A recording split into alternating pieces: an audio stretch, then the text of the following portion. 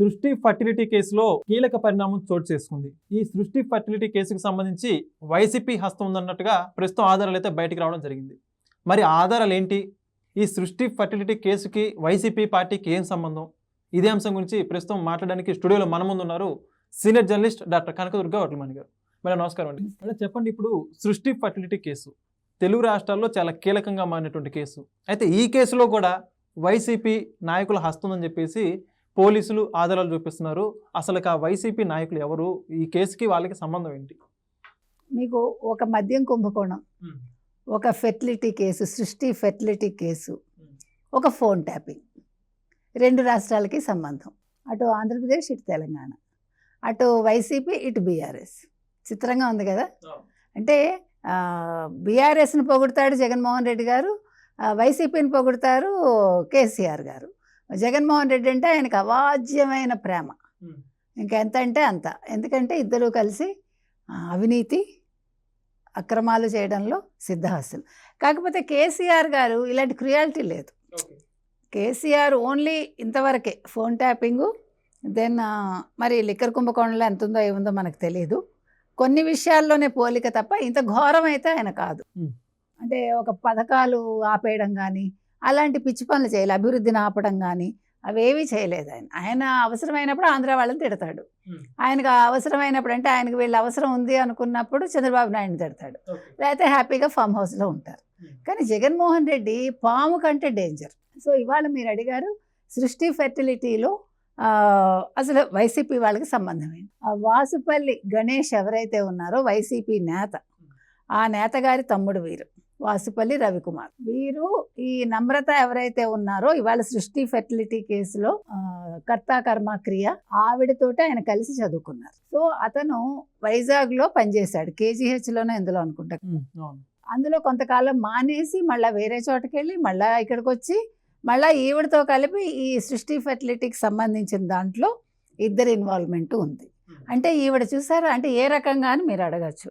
ఈ నమ్రత గారు ఏం చేసేవారంటే సృష్టి ఫెర్టిలిటీ వాళ్ళు దాన్ని ఏమంటారు, వైజాగ్, విజయవాడ, సికింద్రాబాద్, 3 చోట్ల సెంటర్స్ పెట్టుకున్నారు. ఫస్ట్ పిల్లలు కావాలనుకునే వాళ్ళని ఇంటర్వ్యూ చేసేది సికింద్రాబాద్లో.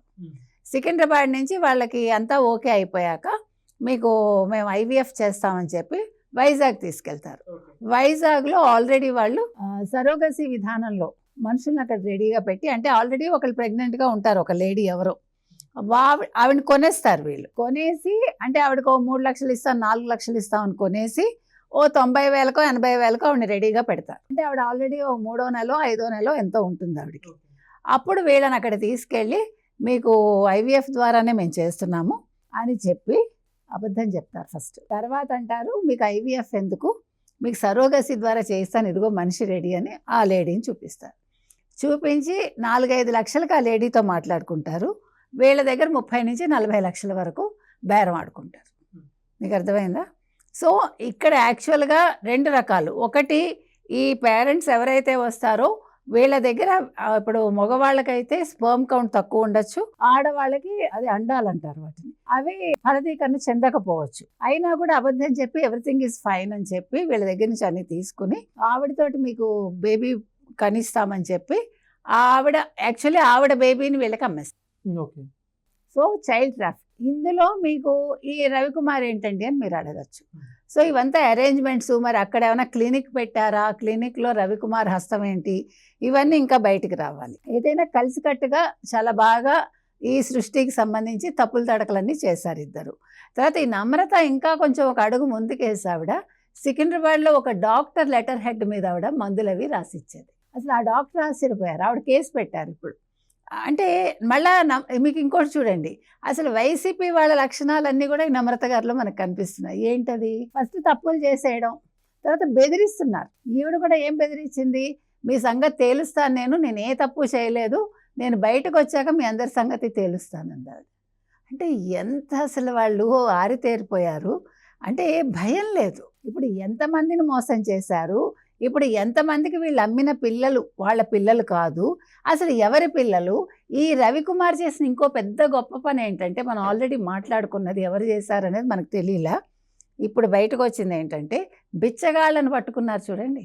అవును. బిచ్చగాళ్ళను పట్టుకుని వాళ్ళకి 100-200 ఇచ్చి వాళ్ళకి మద్యం ఇచ్చి, ఈ కల్తీ మద్యమే మళ్ళా, అంటే ఈ మద్యం కుంభకోణంలో ఉన్న మద్యం ఏదో అది ఇచ్చి పాపం వాళ్ళకి, ఆ తర్వాత పోర్న్ వీడియోలు చూపించి వాళ్ళ దగ్గర నుంచి స్పర్మ్ కలెక్ట్ చేసి దాంతో తర్వాత ఇప్పుడు కొంతమంది మహిళల్ని 25,000కి 30,000కి తీసుకొచ్చి వాళ్ళ దగ్గర నుంచి ఎగ్గు తీసుకుని ఈ రెండు ఫలదీకరణ చెందించేలాగా చూసి అప్పుడు దాన్ని తీసుకొచ్చి ఇప్పుడు వీళ్ళు అద్దెకు తీసుకొచ్చిన ఒక మదర్ వూంబులో పెట్టి ఆ పిల్లలు పుట్టాక వీళ్ళ పిల్లలను అమ్మేసి ఇన్ని చేశారు వాళ్ళు. అంటే ఇంతకంట దరిద్రం ఇంకోటి ఉండదు అసలు.